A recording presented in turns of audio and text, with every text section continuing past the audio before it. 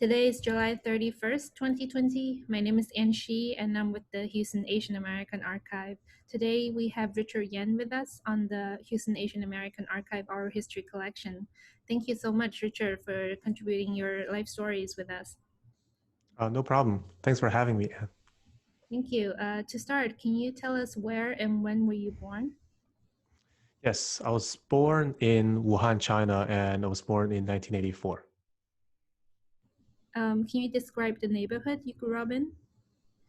Well, so let's see. I actually moved to Shenzhen, another city in China, when I was 6 years old. So, I don't think I have too much memory of Wuhan, where I was born. I did visit once or twice after I moved to Shenzhen, but if I were to describe the neighborhood to you, I would say it looks nothing like what it looks like today. As you can imagine, Wuhan and many other cities in China have sustained great changes over the years. But my recollection of where I grew up, basically just normal urban China, inner city. Uh, I think it was a city. Wuhan is the city marked with industrialization. So factories, manufacturing, and yeah, I mean, nothing particularly remarkable. Grew up in a very small apartment, and I remember, like burning coal to heat up water for consumption and for, showers and so on. And there was no heat, there was no air conditioning. I remember sleeping on the floor in the homes, and I remember being chased by dogs from, other families. Yeah, so those are sort of some peppered memories of my childhood back in Wuhan. So, were your neighbors close with you? I With me, I mean, so I think the families are relatively close, maybe closer than they are now. I feel these days we're more connected with random strangers on the internet than we are with people next door. Back then, I think the neighbors sort of helped each other out. So helping each other look after security or just helping each other, you know, get spare salt or spare vegetables or something, I imagine. So I would say they were not particularly close, but closer than people are now these days. Yeah, that's really interesting to hear. Since I guess both of us grew up in an age of the boom of technology, and before and after, it's definitely interesting contrast. Next, Right. yeah.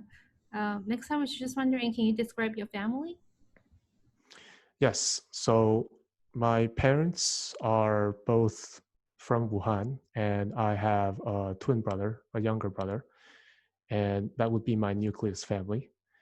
I did grow up with my grandparents for a bit when my parents pursued their careers in Shenzhen, when my brother and I were between the age of 2 years and 3 years and 5 years old. So yeah, so this is my nuclear family. Great. Can you describe how is it like being a twin? Oh yeah, it's great. I mean, you basically get a friend for life at birth, and we complete each other's sentences. We know very well what each other's thinking because we grew up in the same environment. And, in a single child sort of under the single children policy in China, it feels quite special to have a sibling. And so he came to the US with me together. We were together in our whole lives up until university. And then he joined me to work in New York a few years afterwards, after college. So, yeah, it's quite special to have a twin sibling. Were your personalities similar? Yeah, I'd say we're more similar than we are different. So, we're similar in the sense that we were both, I'd say, maybe introverts turned extroverts. So we used to be quite shy and reserved back in China, but I think through circumstances and growth, we both became more and more extroverted and interested in human interactions. So, and then we're very interested in very similar things. So we're both interested in music and music of all kinds. We're interested in art.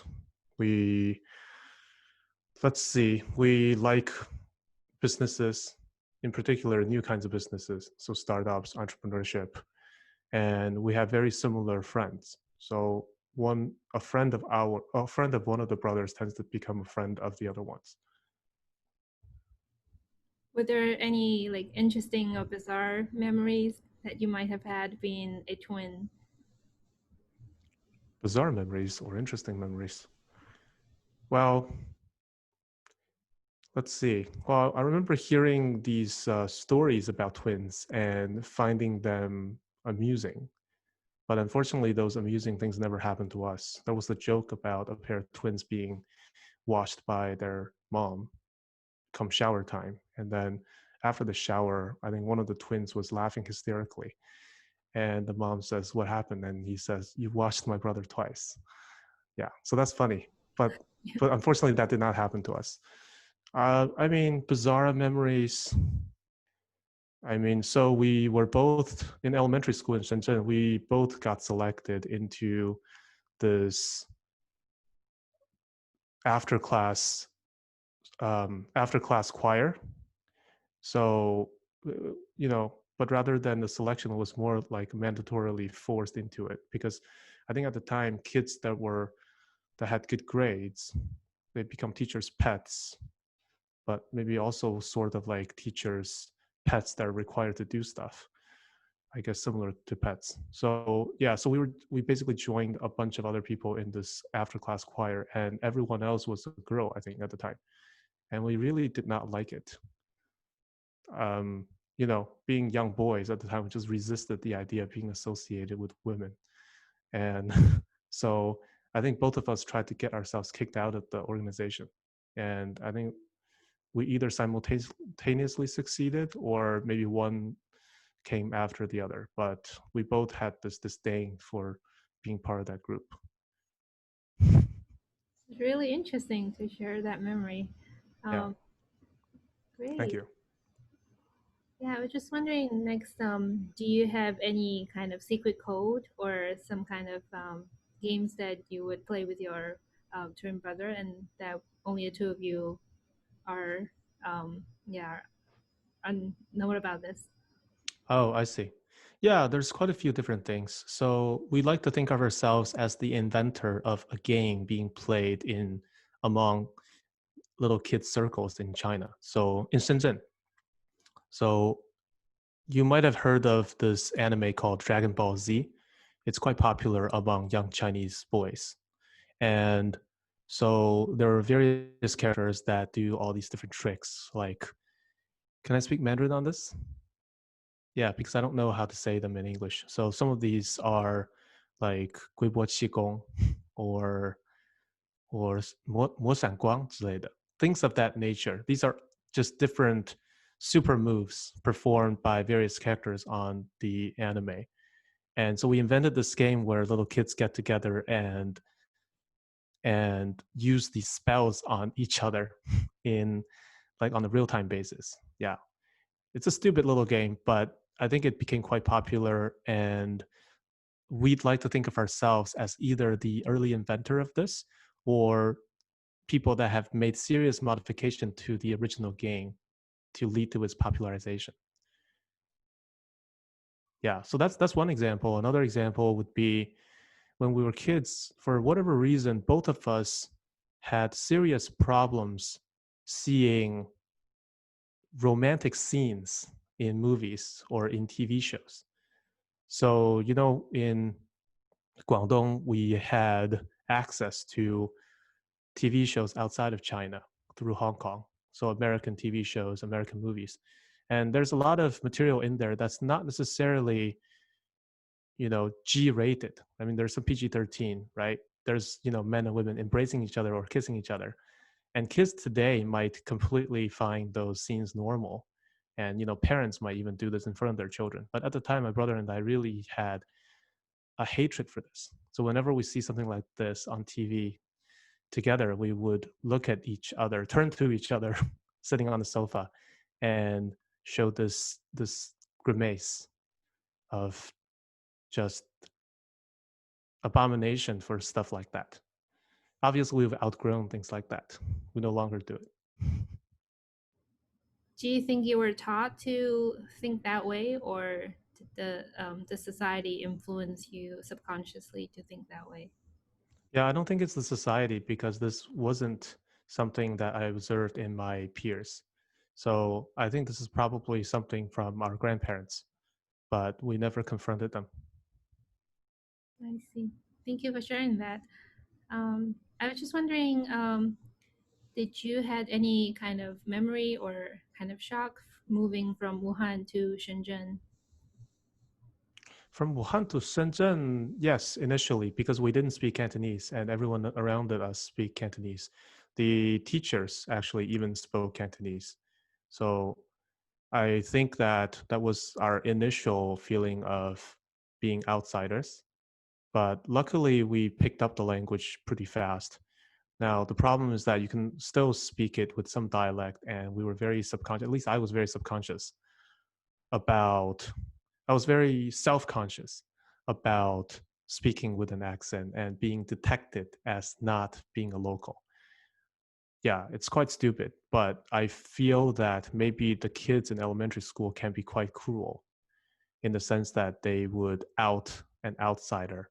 Even though now I come to think of it, what's the big deal? So what if I am an outsider? But at the time, I think subconsciously I was recognizing the fact that the natives of Shenzhen or the early migrants to Shenzhen tend to be better off economically because they caught on to the growth of the opportunity. Some of them owned land and became, overnight uh, millionaires, and then some of the more natives were at the helm of economic growth. So, they were early recipients of the economic benefits.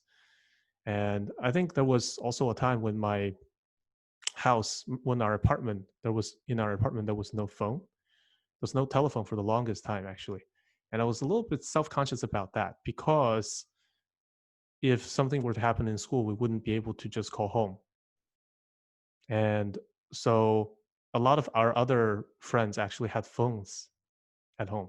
So I was like, so I think that contributed to the alienation that was part of the the initial memories of me transitioning from Wuhan to Shenzhen. I see. Thank you. What kind of values have your parents instilled you with during your upbringing? Well, so some of the values are quite commonplace in Chinese households. Things like working hard, self-reliance, strong self-discipline. I'm trying to think of things that might be unique to my household. I think one particular one might be confidence. So, what I observe in many Chinese families, both back when I was growing up and now being a parent myself, observing other Chinese parents around me, I think parents can generally do a better job of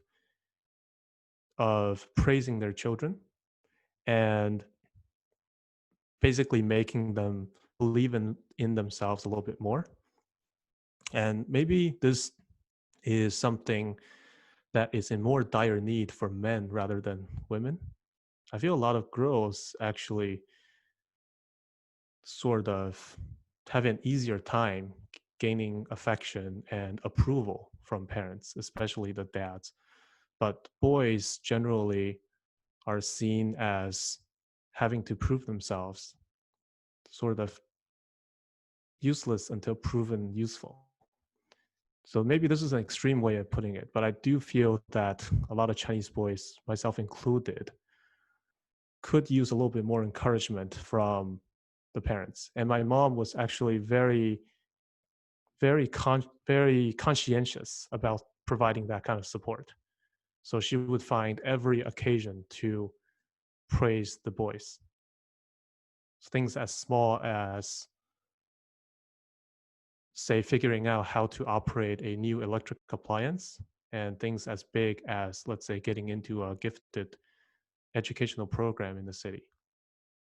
So, so I think confidence is a particularly unique value that I feel I had the fortune of being on the receiving end of.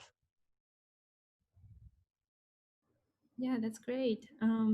What about your father? What kind of role does he play in your childhood?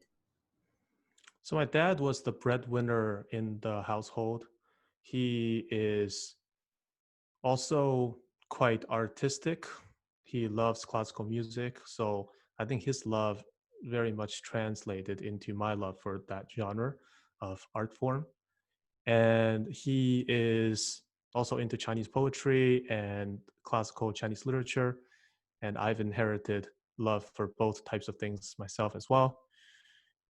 And he was instrumental in helping my brother and I come and study in the United States. So there are multiple dimensions to that. There's the decision of sending kids abroad at an early age. There, at the time, it's quite common for someone to attend a U.S. university, sorry, a Chinese university for undergrad, and then get a graduate degree. That was quite common. But coming to America for undergraduate or for an even earlier level of education is very rare. So, in that sense, I think he was quite ahead of his times because I came to the States when I was 15 years old for high school. And then, of course, there's also the economic issue. You have to pay for stuff, right? And so he was able to find schools with relatively generous financial aid, even at the high school level. But there were still some out of pocket expenses. And he was able to, being the breadwinner, support that kind of financial means for us. So I would say his role is quite instrumental in our growth. And by the way, he himself was educated in America. He got his MBA at the State University of Buffalo. Wow, that's amazing. Um, Also, I guess next, talking about your transition to the U.S., what have been leaving home at such a young age, age 15, influenced the rest of your life, we would say? So the experience of coming to US, a totally different country at the age of 15, was a transformative experience for sure. And let's see. Well, so practically speaking, it basically opened the door for new opportunities. It helped me definitely hone my language skills. If nothing else, my English is way better than if I had stayed back in China. My appreciation for the culture at a near native level and my ability to connect with the locals at a at a very deep level, those would not have been attained had I not come to the US. And so obviously it afforded me to better access to American universities and American jobs. And I think maybe from a spiritual level, it instilled in me the quintessential American culture of open mindedness, critical thinking, and freedom for self expression. So, yeah, I think those are sort of personality traits I imagine I would not have developed as much if I had stayed in China. Now, history doesn't go down in two paths. It's entirely possible that I basically become more open or more risk taking if I had stayed in China because of the vast amount of opportunities that were presented to young people over the last 10 or 20 years, which I had spent here in the US, right? The country, China is rapidly developing, and the US, on the other hand, especially these days, seems to be really suffering. So, but at the time, I think the experience of coming to America was quite transformative in those respects. And looking back without being able to assess the other possibility, I believe what I said, um, the sort of effects that this experience had on me was correct. Did you and your brother have to do really, really well in school in order to apply for scholarship to come here to the States? Yes. So the scholarships are all academic based. Maybe there are some sports scholarships, but that was not our forte. So, yes, we already spoke reasonably good English with an American accent. We were enrolled in a young gifted program in China where you finish 6 years of middle school and high school in 4 years, and actually in 5 years. But then we entered that program in fifth grade. So we basically skipped the sixth grade to enter this other gifted program. So we underwent very rigorous training in math and the sciences, but more from a contest level, less from a practical level. So, we would basically be solving these very theoretical math and physics problems without doing much experimentation or having any real life experience.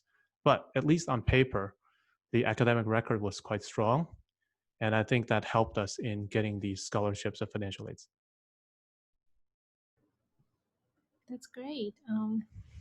And next, I was just wondering if you were to think back, did you feel that you missed part of the experiences in studying in a Chinese junior and high school? Well, it's a great question. I would say that the bigger part that I feel that I missed was not the geographical difference, but rather the gap in time.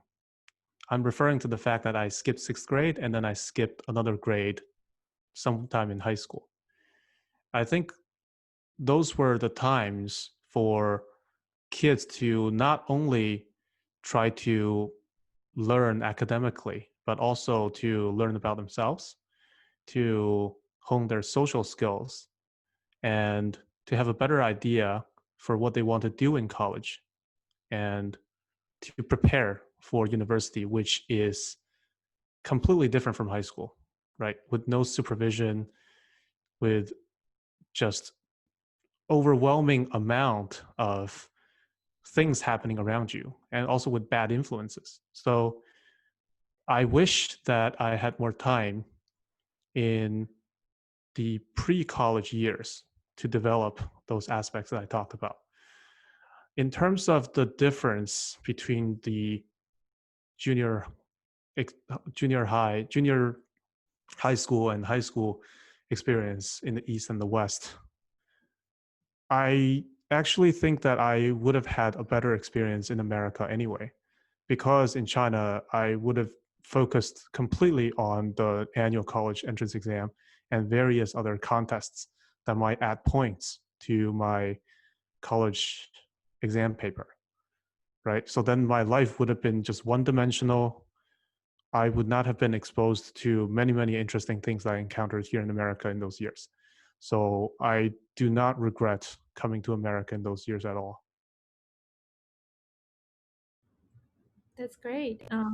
And I'm just wondering, did you and did your parents have to push you to study this hard since you academically achieved so high in such a young age? Yeah, so I don't think we required a lot of pushing. I think a lot of the pressure actually is quite innate. For me, in particular, I think maybe 60% of the pressure comes from myself, and then maybe 35% comes from my brother. So my brother is actually very disciplined. So he went on to Stanford for his undergrad and then PhD at Stanford Like he graduated Stanford PhD by the age of 26. And so he's definitely achieved a lot academically. And he's always just been the person that can turn off the TV, do his work, get his stuff done on time. So that kind of peer pressure, literally right next to me in the same home, sort of propelled me to work just as hard. So definitely not a lot of pressure from my parents. Now, I would be lying to say there is no implicit pressure though, because when your parents, you know how you have these dinners with your friends and their parents, and then the parents will be talking, and then 50% of the time they'll be talking about the kids, and then 100% of this 50% they'll be talking about the kids' grades. Or maybe the other parents would be bashing their kids for not studying as hard, right? So now the fact that my parents would be humbly and, you know, but humble bragging about the kids' performances would be an implicit force for me to enter into this virtuous cycle. So, yeah, so I guess there's implicit pressure, not a whole lot of explicit pressure from the parents. Yeah, that's definitely really interesting to hear. And do you and your wife would you think, looking back at your parents, do you and your wife would do similar things? Yeah, I think so. I, first of all, I genuinely do not believe that doing well in pre-college days equates doing well academically, right? So I think there are a lot of shortfalls with the way I was educated academically. And that has a lot to do with the way I approach things, right? I felt that being academically strong is the number one and perhaps the only goal. I think that's incorrect. Like, even if you want to become a strong academic, I think just trying to get A's in classes is actually not the way to go. I'll give you a quick example. Say I want to get an A in every class, which is basically what a lot of these Asian kids want to do. Then you need to allocate your time among these classes. Say you got really interested in one particular subject, but because your interest is not aligned with the way the class is being, how you're being graded in that class, or let's say you're already getting an A, so any extra time is not going to get you anything more. You are going to now allocate that extra time towards getting your other classes into shape. Now, the problem is that in real world, when you become an academic, it's not about getting A in classes, right? It's about finding something that you think you have a unique angle on and doing tons and tons of research and producing something original and productive. So I think the way the classes have been set up and the way I positioned myself in my approach was impractical, even if I wanted to just become an academic. So basically that's a long-winded way of saying I do not believe that doing well pre-college, during college, or after college equates doing well in grades. Right? Now, that's not to say I want my kids' grades to suffer. Right? I think there's also something wrong with that. But I think that the metrics with which I will be checking in on my children would be a hybrid of academic performance and a few other things. Maybe maybe social life, maybe clarity in thinking, maybe, I don't know, maybe character, or maybe things like creativity. But I think one thing that a child growing up in America might have no problem about, though, is the luxury to figure out what they want to do. Because I think the American college entry system is relatively reasonable in the sense that you don't have to be valedictorian to get into an elite American institution. So, whereas in China, you have to do well in classes. Even these days, by the way, I always assumed that China is going to do away with the college entrance emphasis on college entrance exams and do away with emphasis on these contest math and contest science. But the pressure has only intensified. So parents with means would send their kids now abroad to sort of escape the system, but the ones that get stuck in China have to still deal with it. So no, so yeah, so in short, the parental expectation that was the norm in China during the time when I was growing up, that would not be levied on my children by me or my wife. That's great. Um, and next, I was just wondering, with your started, I believe, the Culver Academy. How did that shape your, I mean, who you are today? Yeah, so Culver Academy is a high school, and it's a military school for the boys that enroll in the school. There's a different leadership system for women or for girls that go to that school. So it definitely had a very strong impact on me because I attended that school during my most formative years. I met some of the most decent American human beings that I've encountered my whole life. People that love teaching, that love children, that stand up for what's right, and just, salt of the earth, all around honest Americans. So I think that going to Culver definitely deepened my affection for my adopted country, right? So aside from that, the school was military based, so it was very big on discipline and leadership, but to be honest with you, even before going to Culver, I was pretty disciplined and I assumed leadership roles in classrooms and in schools, right? I was already doing all kinds of activities and campaigns. So I think that part, I don't know if I developed a significant amount as a result of Culver. So, but I only spent 2 years there. So I think one very strong influence that I had was actually from joining the cross country running team. So it was a small team of maybe 10 boys and 10 girls. And it was actually my first time joining any kind of athletic club. But the sports team would practice every single weekday, and we would travel to other schools to compete in cross country. I was not the best runner, but I really felt a sense of belonging to a team like that. And it was a very diverse team. I think we were the only non-American boys. There were a few non-American girls on the team as well. But then our team had a person from Africa, Congo. We had someone who was half black, half white. We had a Jewish guy. We had a guy from Florida. We had a Pakistani American guy.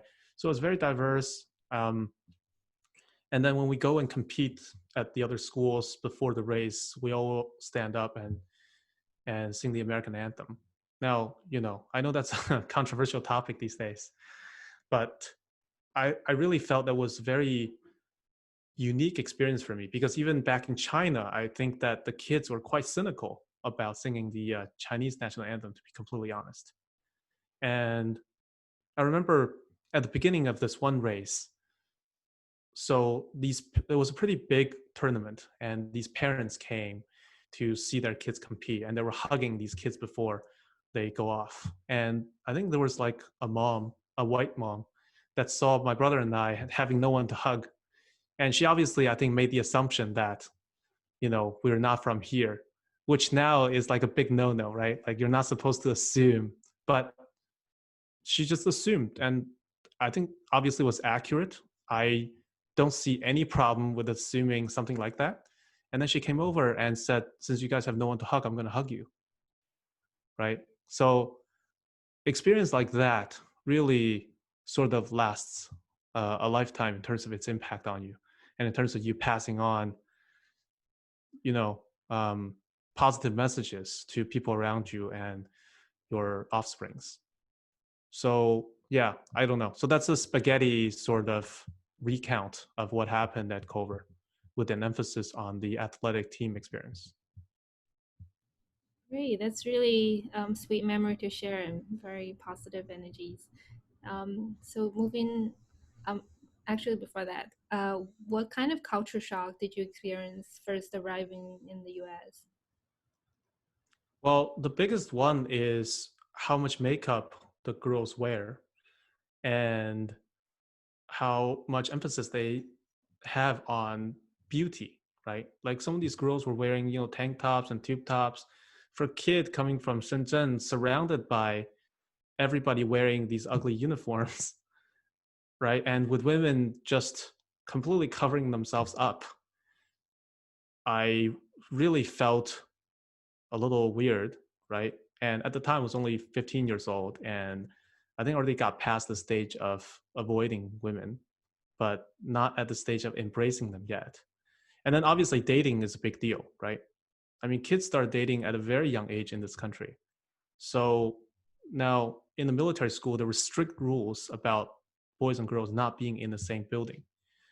And so you would just run into boys and girls like hanging out under a tree or on the street because the school allows that kind of activity. It's just that it cannot be hidden. It has to be in plain sight. And then you would just get like a street full of men and women just openly like courting, right? Like, kissing and just making out and holding hands. And, you know, it's it's on a very prominent street right between the dormitories and the classrooms.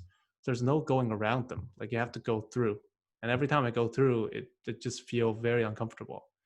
And then sometimes I actually, my brother, my brother and I got catcalled by some girls because we're the top students in the school, and for a high school in Indiana, I think that Chinese people seemed exotic, right? And and we were very good mannered kids, just very respectful, and I'd like to think that we never offended anyone. Everyone liked us. So then once in a while you would get these weird like romantic um like approaches, I guess. But then I never capitalized on any of those opportunities, to which is a huge regret.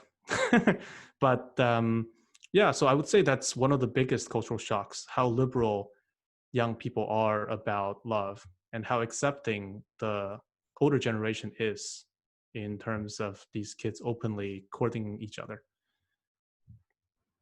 Wow, that's really interesting. Um, and I'm also wondering, have you personally experienced or witnessed bullies in Culver Academy? I guess given it's a military school. Well, so there's actually sort of required bullying because it's a military school. So first of Hell Night, and I'm referring to the tradition of having old cadets yell at new cadets as they try to learn all the new things they're supposed to be doing in one night. So what happens is, I think for about an hour or so, the new cadets need to walk down the hallway in loops, right? And they need to march, not just taking a stroll, right? Or hopping. You need to do a military march. And every single old cadet that you encounter, you need to say their names, like, good evening, Staff Sergeant John Smith, sir, or Staff Sergeant Smith, sir. And you have to remember everybody's name, right? For a foreigner, it's actually a little bit hard. And then you go to these different stations in different dorm rooms. As you walk across the hallway, you would stop by a station where you learn how to shine your belt, and another station where you learn how to shine your shoes, another station where you learn how to fold your bed the proper way. And what else? I think there are also stations where they tell you about your new duties, such as mopping floors and cleaning bathrooms and things like that. All the while, like, once you run into an officer, you need to call them by their name. If you don't, they yell at you. They don't curse. They don't touch you. But I would say the language is not exactly friendly. It's borderline abusive. But they do this to everybody. It's not like they only do this to skinny Asian kids, right? They do this to everybody. And the interesting thing is that some of the older cadets are Asians themselves. And it's really funny because I remember the top ranking student officer in the school. It's called the regimental commander, right? It's a Taiwanese American guy.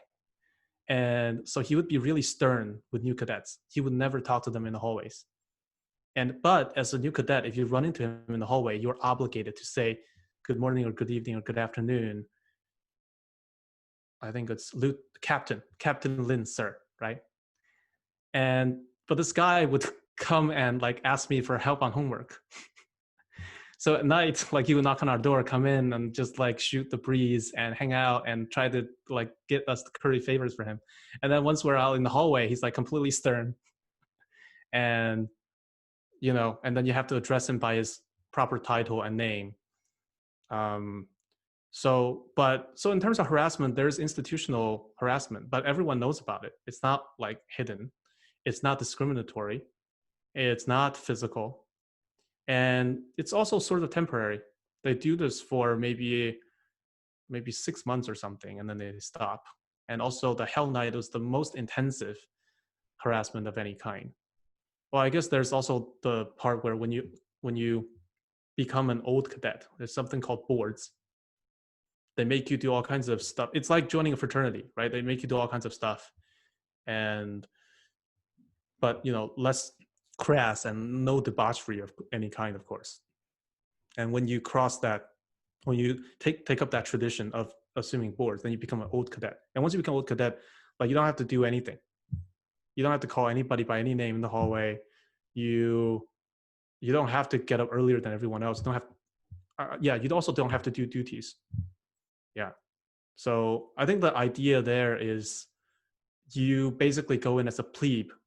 You serve your older cadets because you don't know anything. You need to be humble and address everybody by their names. But then over time, you transition into an old cadet, and then you get to harass people, right? Yeah, but of course the harassment is supposedly not an outlet for someone to channel their anger, right? Or for people to actively bully. That's not the case. It's supposed to be constructive. It's supposed to be, consider them like dumbbell for workouts, right? You shouldn't be complaining about how heavy this is, right? Because it's helping you. It's supposed to make you stronger. Wow, that's a really interesting perspective to think. And would you, like, once your son or daughter grew up today, just send them to, say, like a military school or just like a military camp temporarily? Yeah, I think it's a great experience. So I would highly consider that. So I think that there's different gradations of military training now. Some schools are trying to move away because of all the coddling of American character that can go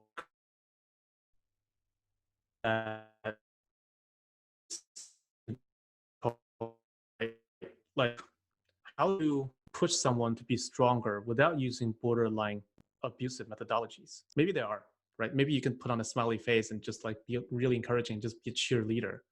But there's something special about assuming the role of an enemy, about putting on the face of a rival for a young person to try to grow and to conquer the obstacles, the ordeals of that are being provided by this other person. So anyway, but the point being, yes, if the military camps are doing real military character training type of stuff, then yeah, definitely. Great. Given the discipline they trained you with, do you find college in Dartmouth easier, especially entering fraternity easier? Oh, I was never part of the fraternity. And to be honest with you, that's one of the reasons why I don't really fully enjoy the Dartmouth experience. as I look back today, to be honest with you, don't necessarily look back with 100% fondness. I actually felt that the fraternity culture was a big turnoff for me. And in fact, I think I actually have a tweet about this. The whole coronavirus situation has a silver lining in the sense that kids aren't wasting their time in these stupid college parties in fraternities. But to your original question, though, of whether I found it easier to transition to university because of the discipline, I would say yes, but I would caution by saying still, I felt that I was entering college too young. I went to college before I turned 17. And I don't know if that was a good thing because I wasn't really sure what I was trying to get out of college. I could parrot the goals imposed on me by, say, parents or society, which is just do well in classes and go to some of these extracurricular activities because you were doing a lot of them before college anyway to get into college. And then, try to get a good job afterwards. But I wasn't even sure what jobs I wanted, right? And then selecting a major, I basically completely listened to my dad's suggestion. I didn't explore, different things to see what I really like. So I think that age was a big issue for me when I entered college. And did you join any clubs or activities, extracurricular wise, during At college? Dartmouth? Yeah. So I was part of the International Students Association. I became secretary in 1 year. I was part of the Club of Dartmouth Entrepreneurs. I was, I think, vice president. And I, let's see, I helped direct a drama at one point. It's not a drama. What's it called? A play. Yeah. And, I played intramural soccer. I wish I had joined an activity for all 4 years, though. Like all of these things, I sort of just dabbled, maybe 1 year or 2 years at the most. That comes back to just, I think, a lack of maturity. So I think if I had better understanding for the fact that I couldn't do everything, but I should try to find something that I can focus on and do really well in, then I should have done that. I mean, in retrospect, I really would have enjoyed joining an a cappella group. I mean, I enjoy singing, and I would have enjoyed doing more with the startup culture. So I was part of the Club of Dartmouth Entrepreneurs, but I did nothing more than just organizing panels or taking notes and meetings, right? But I think I should have totally taken, I was a computer science major, so why not take advantage of the resources the college can offer, right? And then maybe that do more in the entrepreneurial sense. I mean, I did start a website at the time with a bunch of friends, but also it was actually sort of very similar to Facebook. Yeah, Facebook launched in 2004, and we did something in 2003. It's called Code Ivy. It's about getting into Ivy League universities. So yeah, again, I think maturity was a key hindrance in me pursuing these activities with a more ready mindset. Yeah, I felt I was doing a lot of things without a whole lot of consciousness. But yes, I did join some extracurricular activities. So, at what age would you call yourself matured or more mature? Oh man. So there's a quote supposedly by Confucius. There are two lives in for every human, and your second one starts when you realize you only have one to live. And so I would say I didn't fully mature until I got to that second life. And I did not get to that second life until many years after college, maybe after I left Goldman Sachs. And that would have been when I was more than 30 years old, 32 years old, maybe. What was the trigger? Like, what kind of event or kind of story you have to go through? So a couple of different things happened. I think the biggest one is actually getting married, to be honest. Yeah, getting engaged and then getting married. When you're engaged, you're basically married.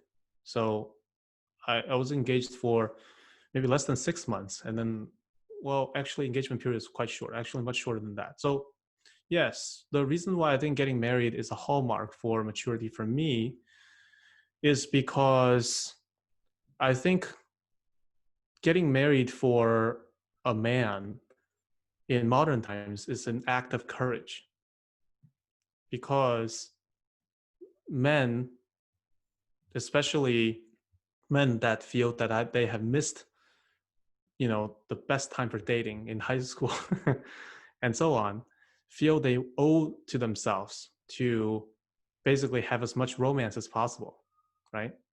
It's a very natural thought. But the problem is that delays the eventual settling down that you're going to have, and also the responsibilities and perhaps the boredom that's supposed to be associated with marriage and kids, right? So therefore, getting married is an act of courage, and I think the mindset takes a quantum leap for a man as a result. Now, I can't speak for everyone, right? I know people that got married in college or before college, and I know people that are very mature professionally and personally, but they're lifelong bachelors. So I actually think that I might be overstepping my bounds here. I can only speak for myself. But in my case, I felt getting married, which happened when I was 30 years old. Yeah, that was a big change for me. Was your wife someone who influenced you to become more mature, you would say? Yeah, I mean, I got married with her, right? So by definition, if marriage is what propelled me to be more mature, then she's definitely part of that. Can Yeah, you so share, yes. can you share some memories about how you met each other? Yeah, so I went to a dinner party at a Japanese/Korean restaurant in the south of K-Town in New York, right next to Bryant Park, actually. It was a dinner organized by a mutual friend of ours, and it was just meet and greet of Chinese people in New York. You've been to a thousand of those things. So, and then she was sitting right across from me at this very long table. So I can remember exactly what she was wearing. Yeah, but she said she didn't remember seeing me at that dinner. So, but yeah, this is how we met. And I felt a pretty strong impression about her after that day. But that was a very long time ago. That was when I was 23 years old. But we just became friends and we didn't start dating until when I became 28 years old. Great. That's really sweet. And how Thank about you. yeah, how about your first job? Like, believe you started in investment banking, which at that time was like the hottest job among all the graduates. Right, right, right. So I scored a few internships while in college. I interned for Citigroup, later Morgan Stanley, and this is all investment banking, right? So I was in Global Chemicals Group, I was in financial institutions, and then I was in financial technology in technology group. So I mean, I think the experiences were okay. I mean, I don't think I learned a lot of finance. I learned some finance, not a whole lot. The best way to really learn is not well, I mean, after all, I was only an intern, right? So I think if I had turned full time, would have been given more substantive responsibilities and would have learned more that way. But after college, I decided to join Barclays Global Investors as a financial programmer. This was in San Francisco, so big change from my original plans. But at the time, the thinking was that I wanted to work on the buy side instead of sell side. And also, I knew how to code, so I wanted to leverage that skill. That's not something I can do with investment banking. So then I went off to West Coast and did that. So I did learn a lot as a financial programmer or financial engineer in my first job. I had a very good manager, and I was one of the very young people in the company. So there's a lot of people to look up to and learn from them as well. So I'd say overall it was a good experience. Do you remember some of the people who might have been your mentor or who have influenced your trajectory tremendously, At Barclays? or in among your financial career experiences? I see. Yeah. So, I mean, this one person definitely stands out as having probably the most influence on me. He was one of my managers at Goldman Sachs. He is, his name is Ken. He's from India, and he joined the company maybe a year before I did at Goldman. So what's so special about this guy, right? Is that yeah, he's probably the hardest worker I know. So he would basically work every day at Goldman, every weekday and every weekend. And he also works very long hours. But more importantly, he's very conscious about what he's doing. So he's a man of very gifted talent. He's highly intellectual and therefore has many alternatives. He's also very competitive. So he sort of wants to make sure that the ROI on his time is there. And he knows that if he's at Goldman, then the right game to play is to make managing director, make partner, and just make lots and lots of money. And the way to do that as a financial engineer, I was in the financial engineering team, it's called the Strats. And the way to do that is to basically provide the technological backbone for the infrastructure. So he basically spent a lot of time coding that very, very base layer that supported every other top application in the mortgage backed securities group. And he would very frequently try to sell the tools that he provided to other groups, right? He basically goes to these other groups and says, look, this is software my team has built, and I think it's very valuable to you, so feel free to use it. But of course, with the purpose of sort of gaining ground in those groups and eventually becoming leaders for those groups, right? So he just has a very unique combination of smarts, street smarts, focus, and ability to hack the corporate system. So he left an extremely strong impression on me. And a few years ago, he made partner at Goldman. I would not be surprised if he climbs even higher. From describing his experiences, do you think being kind of successful in the corporate ladder is it more important to be street smart than book smart? Oh yeah, absolutely. In fact, I think your IQ doesn't matter as much at all. So I think the most important thing is you need to think about what this business is about and how you are contributing in a very visible way so that you can advance in the organization. So back at Goldman in the Strats team, the way to contribute is to basically provide whatever the traders want. But generally, their demands are very short term and they just want something hacked together. But from the Strats perspective, we want to build things that last because the maintenance of something that doesn't last is just a pain in the neck.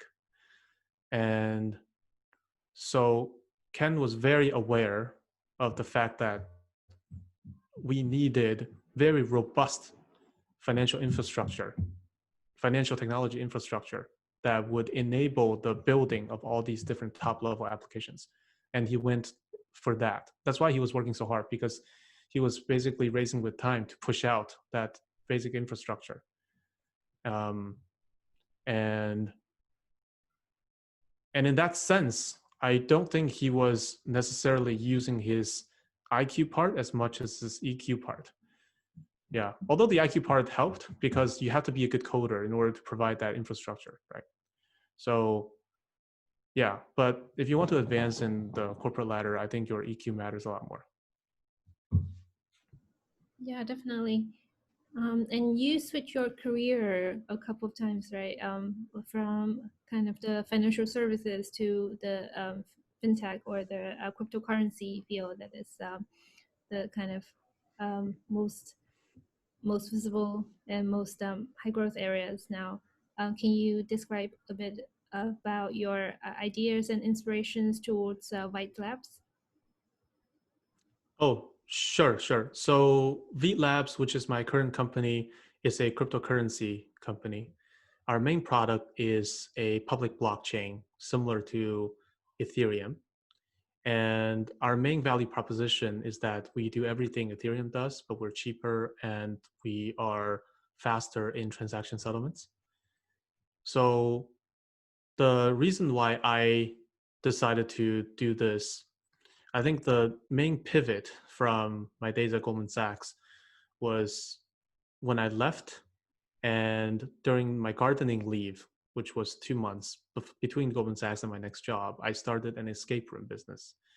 An escape room is, for the uninitiated, a room where you're locked and you try to get out by solving puzzles. And the escape room business was reasonably successful. I actually ended up selling the business after a few years, but it instilled in me this confidence, this self-reliance of not having to work for anyone else. The escape room was generating sufficient cash flows, much more than I need. It was giving me meaning, and it was exposing me to new experiences. It was giving me meaning because I was the sole designer of all the games. I implemented systems to track employee hours, to do for room surveillance, because you need to give hints to customers that get stuck on clues. And in terms of it giving me new experiences, I hired people that have very, very different background as me. I have firsthand experience, knowledge of people struggling in America today, because the people that I hire generally are of a very different background, so some of them might not have even completed college. Many of them are saddled with debts, and a lot of them are actually in the entertainment field trying to make it as an actor in New York. And some of them were having multiple jobs to make ends meet. One of them had to give out flyers for Uber to encourage to get to onboard Uber drivers on the street as his other side hustle. So, I think in today's lingo, I recognize a lot of privileges in myself as a result of working with those guys.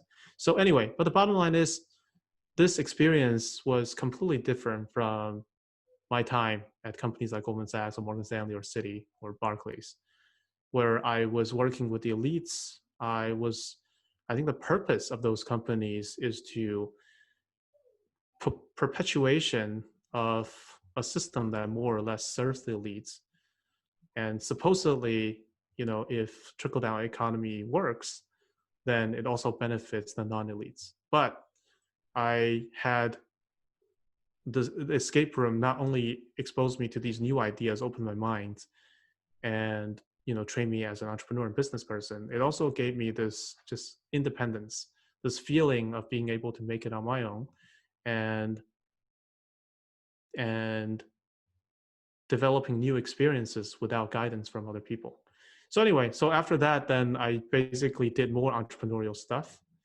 And one of those things is Veet Labs, which is what I'm doing now, the cryptocurrency company I was telling you about. And the other interesting thing about this company is I co-founded with two Chinese people. So my team is mostly in China. All of our engineers, designers, product managers, testers are based in Beijing. So this is also my way of trying to get more involved in things in China. So now I have excuses to travel back to China for business. And, I maintain standing calls with all my teammates. And I get to experience firsthand what it's like to work with Chinese engineers and also study competition within China. So the one reason why I decided to do this is because I generally feel that big changes are happening in China. I want to get involved. So how do I do that, right? Like maybe nothing better than working with Chinese people, starting a company headquartered in China, right? Yeah. So yeah, it's a long-winded way of answering your question of how I transitioned from one institution to another and what VEET is all about. It's great to hear your long China. Um, I'm just also wondering, you have two other kind of interests or side kind of business in the podcast. You have the Chinatown 2.0 and then the blockchain debate podcast. Like, how do you maintain all these different lives and different hats? Yeah, so I started these other podcasts because I grew to love more and more the media business. So part of running a cryptocurrency business is that you need to promote your product. So a big part of cryptocurrency is you have to get people to want to buy your coin. Now, how do you do that? One part of that is just raising awareness, doing marketing campaigns, and setting the right branding position for your product. So as part of that, I did more and more of these marketing and social media types of things, and I grew to like it. So I started the blockchain debate podcast because number one, I like the media business, but number two, I think the whole industry was going through some professional soul searching in the sense that the best product market fit for crypto right now is still speculation. And so I think that I wanted to basically do a lot of personal thinking.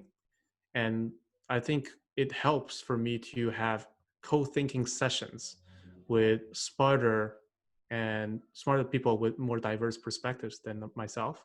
And one way to do that is just to have them join a certain podcast. So then I was looking for differentiation in my podcast because there are already maybe 100 different podcasts in crypto. There are many, many of them. But there was nothing on debates, right? Now, the interesting thing about debates is that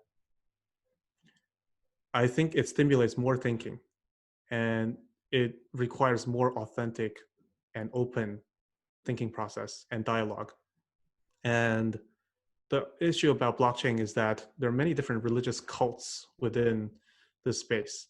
So some say Bitcoin is going to become the king in terms of market capitalization. Some say Ethereum is. Some are skeptical about enterprise blockchains. Some are very skeptical about the recent movement in DeFi and decentralized finance and all that, right? So I just think that if smart people disagree with each other, the best way to learn from them is get them to talk and get yourself to listen. So that's why I set up the blockchain debate podcast. And then I set up Chinatown 2.0, which is a video podcast. And that focuses on global citizens with Chinese heritage.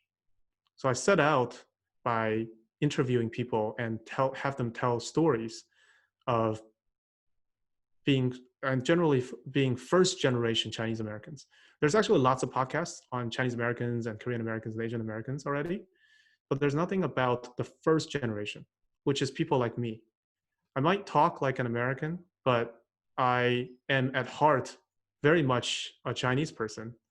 And I don't think there's a whole lot of voice and a whole lot of archiving of stories of people like me and like you as well, right? I imagine you consider yourself a Chinese American a first generation Chinese American. I'm referring to people that generally have their closest friends in Chinese circles that have a WeChat account, that look at Chinese websites and Chinese social media, that have a very weird feeling about the China-America tension, right?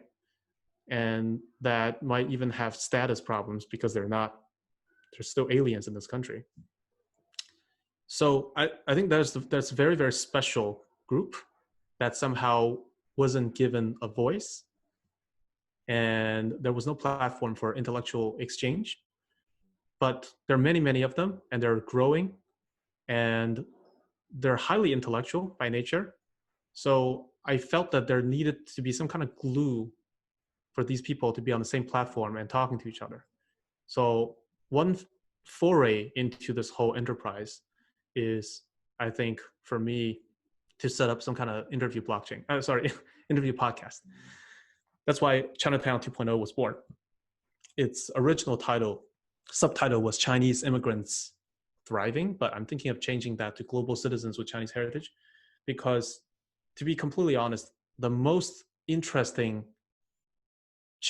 first generation Chinese immigrants that I know, a lot of them have gone back to China. So as you will see from some of these episodes I'll be releasing, these people will be doing their interviews in Beijing or Shanghai. But they're still global in the sense that they might have American passports, or they plan to come back here to the States, or they're in China, but they listen to American podcasts all the time, So, but that's why I started this. Now, how do I balance all these different interests? I think coronavirus actually is a very special phenomenon. So I'm highly privileged in the sense that I don't have to work in the front lines of, cash register or in a hospital or in nursing homes, right? My job can be done anywhere in the world, and especially my home. So basically the coronavirus has sort of saved me commute time. It has reduced the amount of unnecessary meetings. And I think people are also more okay with you working odd hours, because people with children, their children can't go to daycare for various reasons, and they're forced to work during odd hours and therefore deliver their work at odd hours and have meetings at odd hours. And that's become a norm rather than the exception. And that's why I've been able to sort of get a little bit more flexibility on my time.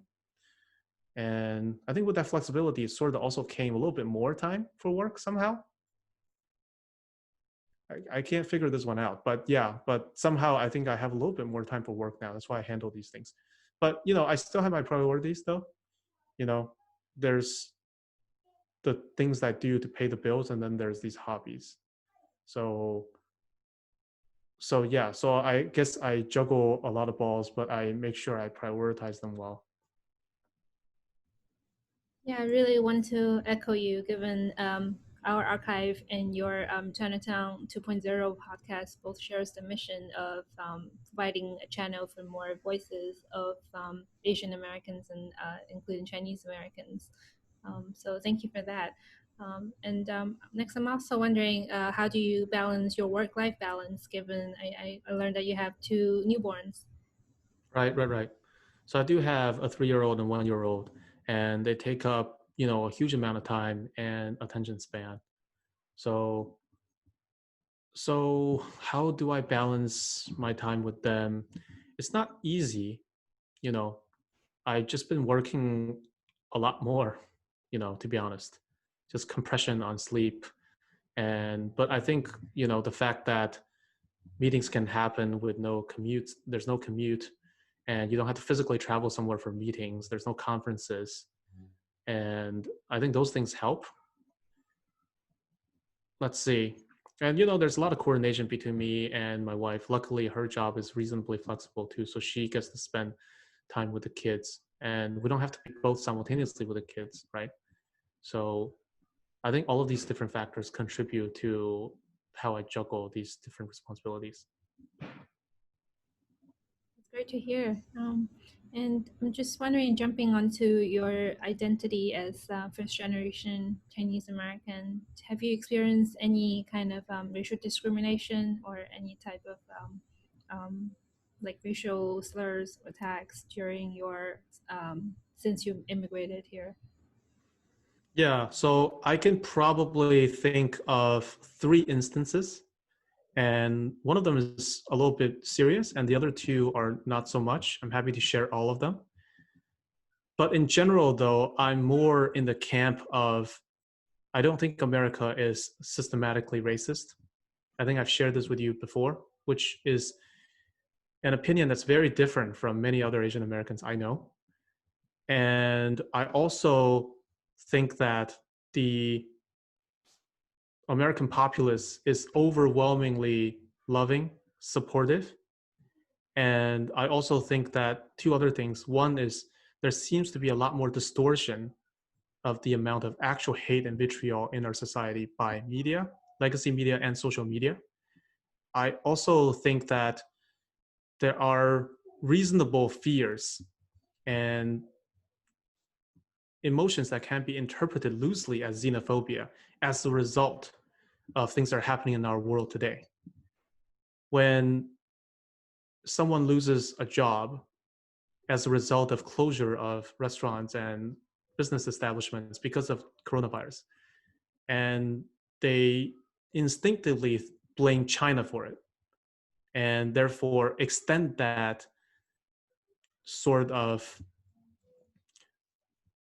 discontent to, say, Chinese looking people. It's obviously not a good thing for people like you and me, but I can understand where that negative feeling comes from. Especially given the fact that China government was not particularly forthcoming with information early on. They were censoring the doctor that eventually sacrificed his life, right, for all this. I can totally understand where that negative feeling is coming from. In fact, I personally feel that the people in this country have shown a lot of restraint in terms of expressing that negative feeling as this whole terrible situation is unfolding, right? So I just want to tell you my position, right, which I shared with you. Now, going to my three examples, the first two examples happened in, first example happened in high school. So in my military high school, I remember being a member of a senior student leadership group in the military school, right? So I was part of the leaders that would call out a command in front of a group of cadets. You know how like someone would call, go march or something, and the soldiers would march, right? So I was that person. And I think people were making fun of me after I said a certain command. I said, battalions march on to the mess hall. Mess hall is military lingo for the place to eat. And I don't think I said that with any kind of accent at all. But then, the local kids were like mocking me, like just repeating after what I said, right? And the same thing happened to the regimental commander that would come to my room for homework help, because he's also Asian. So he would say, battalion commanders, march onto the mess hall or something, and people march onto the chapel, right, to the church, and then people would make fun of him. So that's my first instance. I mean, I wasn't particularly offended by it. I was a little puzzled because I didn't feel there was any accent in it. So that was clearly, I think, an act of just making fun of Asian faces. Let's put it that way. But I don't know if that's necessarily of ill will, though. It's tricky because I don't think they're actively trying to demean people that look Asian. For example, let's say we also had, people were also insulting people that were short. They were insulting people that weren't particularly attractive. They were insulting teachers that were fat, right? It's not necessarily the same group. Actually, maybe it's the same group of people just saying random things to people, but it's not like, they treat fat teachers and, ugly people and short people with kindness and all of a sudden become mean to Chinese people. It's not like that, right? They're just hateful to a large group of people. And also, again, they're kids. When I was in China, I probably also did horrible things to my countrymen or countrywomen. The second instance happened in Turkey. So I was a college student and I was traveling to Turkey for a foreign studies thing. Actually, no, never mind. I was in MBA, business school. And I remember it was at a bus stop, a Turkish kid saw me. And because there were very few Chinese people in Istanbul, he started doing these moves of Bruce Lee. And he was like going, ah, ah. Like, how Bruce Lee would enunciate when he executes those moves. The kid was a little farther away from me, right? And, we were maybe the length of one bus apart. I did not like what he was doing because I felt he was mocking my culture. But in retrospect, I don't know. I don't think he's denying. Well, first of all, it's a kid, okay? It's like maybe 10 years old. He's not denying my humanity. If it was an adult, let's say the adult was doing that, I'd be like, okay, that's a little weird. but I don't think he's actively trying to insult Chinese people. He's just showing me what he saw in movies, right? I mean, because that's his only exposure to Chinese culture. So maybe I can attribute that to ignorance, but it was also harmless. And for example, I also met some other Turkish people on buses, and they were just telling me, the one-child policy in China is terrible, right? You should definitely have more than one child, and blah blah blah. I mean, it's fine, you know. So I guess what I'm trying to say is that everyone has very narrow window of understanding of the world, and when they just tell you what exactly is on their mind as a result of that narrow window, I don't consider that xenophobia. I just consider that I dismiss it as ignorance, right? Especially if people don't carry it out with ill will.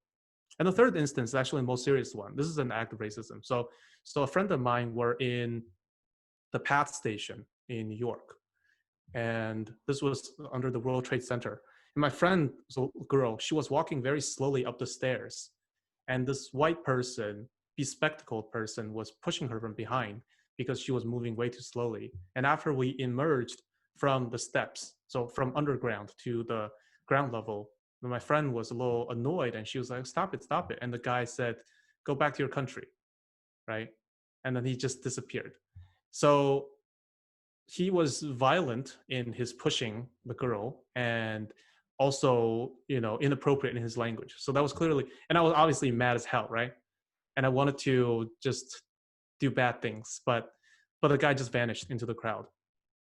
Now I can still remember what he looked like, and he did not look like an uncivilized, uneducated person. If anything, he actually looked like a gentleman. So, but that was an undisputed act of rage and racism. That being said, though, I can only think of these items, you know, when it comes to racialized, unpleasant activities. I still think that this country is full of good people, and the American ideal in general is more loving than hatred.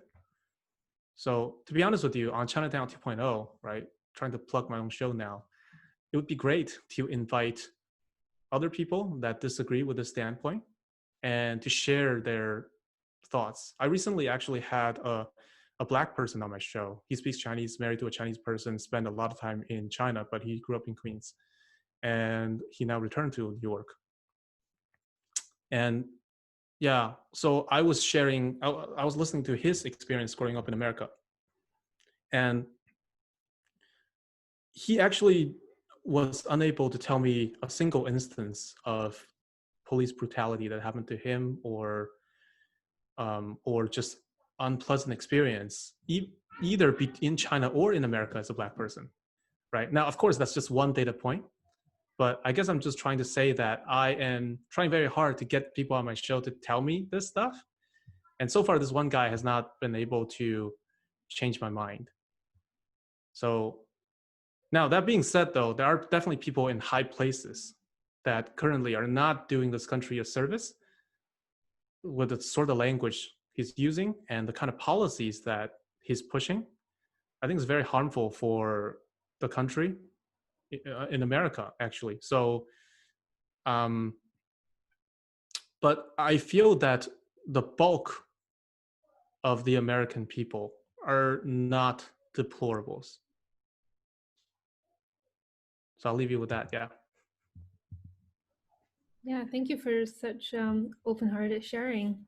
It's really, yeah, disheartening to hear some of the incidents. That's especially the violent one.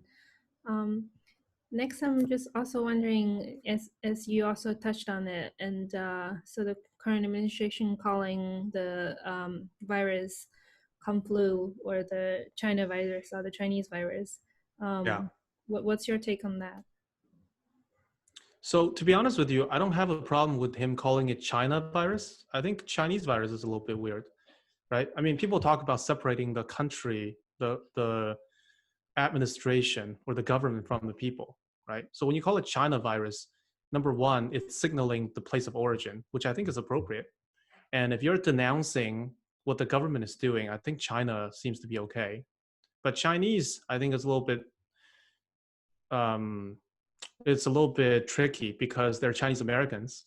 There's also Chinese people not in China. Well, there's Chinese people, they're not in the government. There's also Chinese people outside of China, all over the world, right?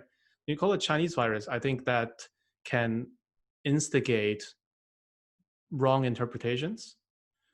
Um, so, I mean, for example, there's Spanish flu, there's Ebola.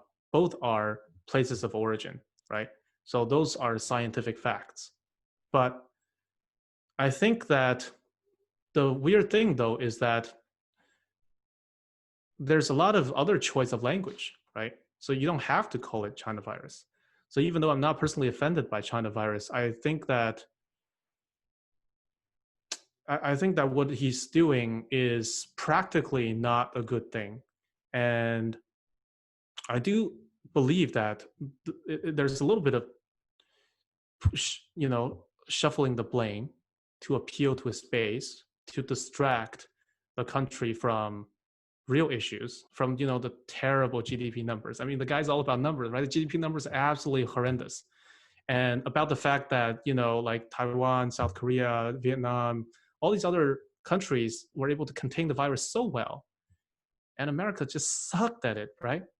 So anyway, I think there are a lot of things that I'm very um, troubled by what's happening, and who knows, maybe come November, all this nightmare will actually get reversed, right? Even though to be honest with you, I also feel the alternative right now is not too great for various reasons. But yes, emotionally speaking, I'm fine with China virus. I'm not fine with Chinese virus. I'm not fine with Kung flu. And I think even Wuhan virus is fine. Actually, I think Wuhan virus is better than China virus, even though I'm from Wuhan. Yeah. I mean, literally, like, that's just a fact. That's where the virus came from. Just call it that, right? That's fine. Do you still have any family in Wuhan that first witnessed firsthand? Yeah. So I have my dad's side and my mom's side. A lot of other extended relatives are there. I don't think anyone was actually affected though. So that was a fortunate thing. Yeah. I don't know a lot of the on the ground information actually. I get a lot of this information not directly from relatives, but from the news. But it sounds like the situation is very well contained. I talked to my Beijing colleagues who are very obviously aware of the second wave of outbreak in Beijing that happened maybe a month ago, but that has also been subdued. Yeah. Um, and also talking about, as we briefly mentioned, about police brutality and the way that this country has gone so divided with Yeah, the death of the George Floyd incident, and also right. the uprising Black Lives Matter movement, which was twisted with a number of riots.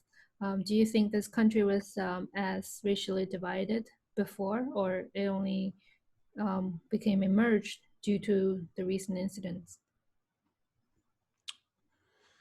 Okay, well, so I think there's a couple of underlying forces at play. Number one, I think the lives of real Americans are deteriorating slowly but surely. And I'm talking about economic well being. So, a large number of jobs have been outsourced or automated. So, either Chinese people took them or robots took them, right? And so, a large swath of middle class Americans are seeing their livelihood being chipped away, the meaning being robbed as a result of having no jobs, men feeling emasculated because they're not supporting a family. And you hear about the opioid crisis, which is actually a big problem among white Americans, especially precisely because people don't have meaning in their jobs, meaning in their lives after the loss of employment opportunities. So I tend to step away a little bit from these race riots and the superficial, obvious finger pointing to more fundamental problems. I think if there are many job opportunities and people aren't saddled with student debt and people can easily afford a home just on one job, right? And the school systems, public school systems don't suck so bad that you have to worry about your kids' education and so forth. And there's social safety net, like better healthcare, cheaper healthcare and all that. I don't think this racial divide will be so strong. I think the racial divide is a mask, it's a facade for much more fundamental problems. And any solution focused almost exclusively on the policing of language, on the policing of culture, on canceling and censoring individuals, limiting their freedom of speech, will not be dealing with the actual underlying problems and distract people from focusing on the true things that need to be done. Like, I'll give you an example. I read Andrew Yang's War on Normal People. The book made a lot of sense to me. He was decrying about the possibility of many truck drivers losing their jobs imminently with robot or self-driving trucks coming to the market, which is imminent. There are multiple companies working on this, even outside of America. And I think the universal basic income solution is a solution to consider. I don't know if it's the best one, but I think the problem that Andrew pointed out in his book was exactly what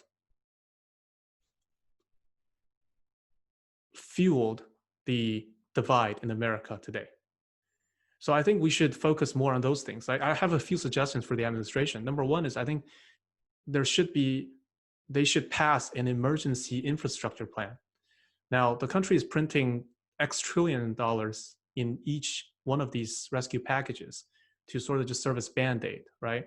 There's massive unemployment in this country, and also our infrastructure is crumbling. So why not, put together something that will get people employed, that will upgrade the infrastructure, and spend, same order of magnitude of amount of money that the government is printing to save all these people's lives anyway, save people's livelihood anyway. And this is also in line with the president's original campaign promise of rebuilding our roads, bridges, airports, railroads, and so forth, right? So anyway, so that's my suggestion number one. Suggestion number two is to look more closely at some solution like UPI. Now, maybe it's a matter of job retraining. Maybe it's a matter of, actual monthly handouts. But there's a range of solutions that need to be contemplated. But I think any kind of attitude of how America was just fine before the COVID and before George Floyd, that perception is definitely wrong. And by the way, this is one of the reasons why I think Hillary lost, because he was not projecting an image of someone that's in touch with the American life. Now, surprisingly, Donald Trump, a billionaire who's worth way more than Hillary, was able to sort of connect with the people and convince them that he knows what's happening. So I think back to your question of the racial tension in this country and whether it's been getting worse and how it was before George Floyd, is it significantly worse now than before? Yeah, I conclude with the fact that I think there's much more serious fundamental problems that need to be fixed and addressed immediately. And all this other facade is just facade. As you can tell, I generally stand up for freedom of speech. So, I am not a fan of a lot of what's happening right now with, censorship and canceling culture and a lot of narratives about equity, like equality of outcome instead of equality of opportunity, right? I think there's a problem with hoarding of opportunities in general. Like, opportunities are not evenly distributed in this country, it's for sure. But I think the notion that we should try to achieve the exact same outcome, regardless of your gender, your race, your other, immutable characteristics, I think that's a fool's errand. I mean, you're going to run this country like a socialist country, and there's not enough comparison of the economic and social outcomes of East Germany versus West Germany, North Korea versus South Korea, and say mainland China before 1989, before Deng Xiaoping, versus say Taiwan and Hong Kong, right? So basically it's the same group of people, but ruled with different systems and with drastic different outcomes. So yeah. Anyway, so sorry for the meandering, but yeah. So these are the sorts of things I'm interested in as well. Thank you for that great analysis and sharing of your comments. And yeah, we really hope someone will from the administration will be able to hear your advice and do something. Next, I was just wondering, given what's going on and the craziness out there, are you optimistic about the future? Oh boy. Oh well. Hmm. So I'm actually quite optimistic about China. Okay, I don't know about America. So couple of things, right? So I think a transition of power is underway from America to China, as in the days of American hegemony in having the world's reserve currency. I think there's a certain turning point for that. It's not to say that very soon people are going to stop denominating their debt in US dollars and settling transactions in US dollars, because there's still fairly strong belief in the fact that the government will prudently manage their finances and US dollars will not lose their value against fiat, lose their value against other baskets of currencies very quickly. But I can totally see that the faith in the American way and the American system is dwindling. On the other hand, I think China, for all of its problems, is gradually catching on. So from a government level, China is going to be the first country to push out digital currency. It Beijing already announced plans to blockchainize the organization to try to make things more transparent. Whether blockchain can actually be used to do that, I don't know. But at least they have that initiative. They released a 140-page paper about how they're going to improve processes. And by the way, I returned to China and done things with the equivalent of DMBs, in China, and the system is actually quite good. Like getting some kind of certificate or getting your government handprint, a fingerprint done is not a hassle. People are friendly. The lines are short. The waiting room is spacious. So anyway, but that's a detour, right? So what else is China doing? China is doing 5G proliferation. It has an amazing infrastructure of railroad, high-speed rail systems, and it's gradually opening up its financial system. Like it recently, I think, got more. It recently changed the rule of foreign ownership of Chinese companies. So previously, no foreign company can own more than 50% of a Chinese enterprise, but they changed that now. And so and then, obviously on the private sector side, ByteDance is killing it, right? Like TikTok is amazing. Today I learned that, TikTok, some people say, oh, TikTok just acquired Musical.ly, right? So they were building their success on top of another successful app. Well, guess what? Musical.ly was built by Chinese people too. It was headquartered in San Mateo and Shanghai. It was built by 2 Chinese people. So basically, TikTok is 100% made in China, right? And then there's DJI, the drone company that's killing it. My take is that there will be a time when Chinese products and companies no longer have this stigma associated with them, with the stigma of made in China. Not every Chinese company will be like that, but there will be a time when, if you think about Sony or Samsung, I don't think you think, oh my God, they're just Japanese or Korean substandard quality things. They're actually global, international brands, right?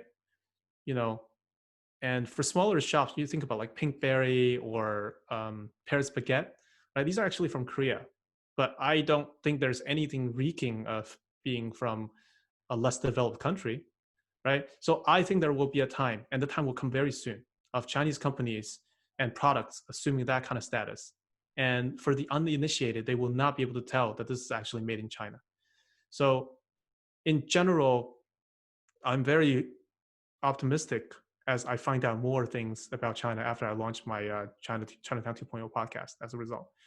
In America, so what I find troubling right now is, the current administration clearly mishandled coronavirus situation, showing its incompetence. But the challenger in the other party, right, which now has a higher chance of winning, is also not exactly comforting. Just think about it. We're currently in lockdown mode. There's no point in campaigning. There's no way to campaign in person. So if I were the challenger, wouldn't I like start a podcast or try to do daily briefings or start organizations to help combat the coronavirus situation? Like if I want to get elected as the alternative, those are the things I would be trying to do. And it just feels that the other person is just not sufficiently energetic to do all of this. Like, why wouldn't I start a nonprofit right now to get all the masks and PPEs, PPEs from outside America, right? Like, why would I not try to launch an app to do a voluntary contact tracing, so people know who they've been in touch with recently that had contracted the virus? Like, there's none of that happening on the other side either. So that to me just feels that something is terribly wrong. And aside from all of this, I sent out a tweet. After all these years, I discovered I think the biggest export America has is US dollars. All it does is just sending money overseas, because America has been running this trade deficit where America is buying way more things from outside than producing things to supply to the others, right? And this kind of overspending lifestyle simply cannot continue. Right now, a lot of this is happening because other people have no choice but to hold on to American debt to finance this sort of American activity, the American consumerism. But there will come a day where people are like, well, we're not going to hold US dollars. Who knows? Maybe it's cryptocurrency. Maybe people want to hold Bitcoin, right? Now, people can't access gold as easily because, gold is physical. Gold is hard to transport. Gold has all these other subpar qualities as compared to digital gold, which is Bitcoin. So, but and also, by the way, Ray Dalio has this great piece about the financial centers changing hands. It used to be Amsterdam, and then it became London, and it became New York, and now it's going to go to Shanghai. So in terms of how optimistic I feel about things, I would say I'm quite optimistic about China, and I'm very worried about America. Would you like your kids to grow up in America or China? Probably spend some time in China. Yeah. I mean, I would love to, lead a globalist lifestyle. I mean, obviously that's hard. I mean, you still have to pay bills and there's logistical problems, right? Like kids can't switch daycares very easily, for example. But I would love an opportunity for them to be more exposed to the Chinese way of things earlier on. I think the probability of me spending more time in China, our entire family spending in China, is growing by the day. Yeah, that especially currently, I realize there's a wave of not just students who have visa issues, but people who voluntarily move back to China because of the current situation and tension with the U.S. and China relations. Yeah, there's different kinds. So there are people that are forced to leave because America does not welcome them, right? There's F1 problems, and there's also H1B problems, right? I mean, I think the administration basically said if you don't, didn't they suspend like H1B immigration and OPT and stuff like that? Basically, if you're outside of America right now, if you're here, you can stay, but once you leave, you can't come back in. And this is supposed to be a temporary thing, but I think they can extend it indefinitely. Maybe this will get overturned right after Trump leaves office, maybe at the end of this year. And then the second kind is voluntary departure. I know people that maintain their American jobs, but because of this hugely impractical thing of their kids can't go to a daycare right now. There's no virus immune daycare, right?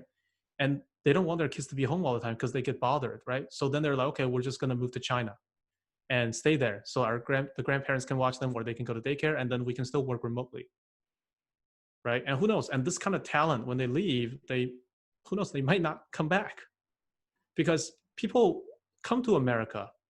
For one thing, the natural environment is better, right? Supposedly you have the sunshine, the breathable air, the safer food.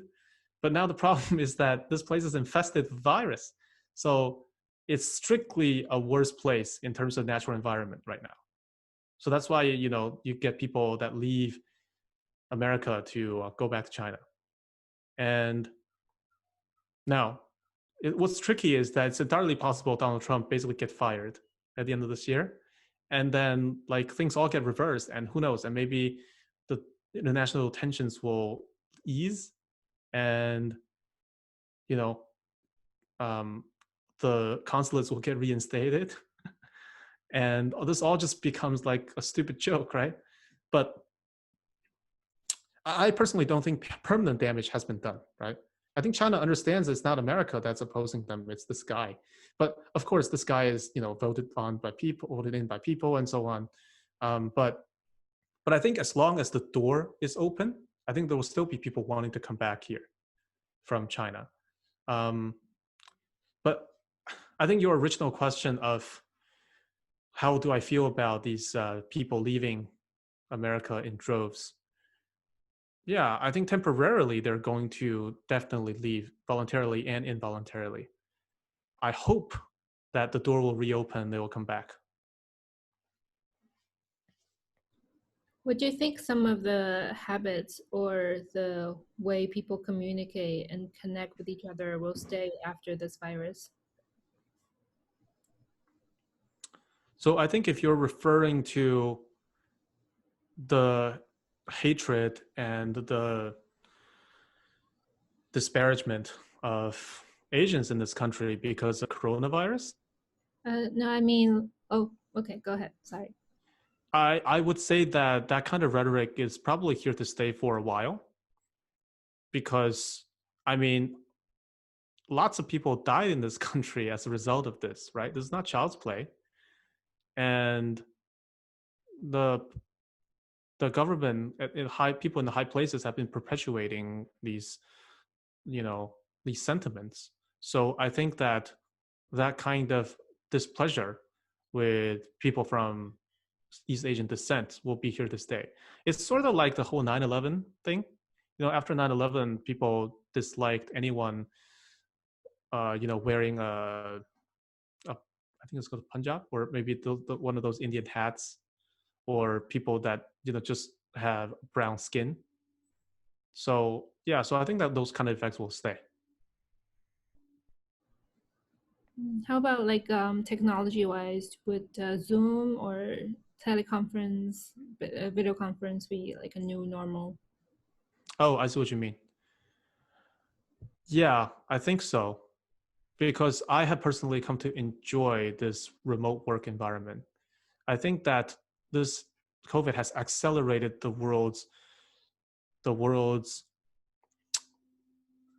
movement towards a decentralized work environment, right? So another problem that was happening before was commute.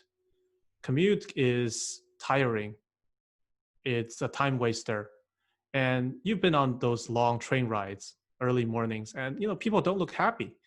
And I've actually looked into it. One reason why people don't feel happy in long commute, aside from the fact that it's long and sort of, waste of time, they do not like being so close to strangers physically.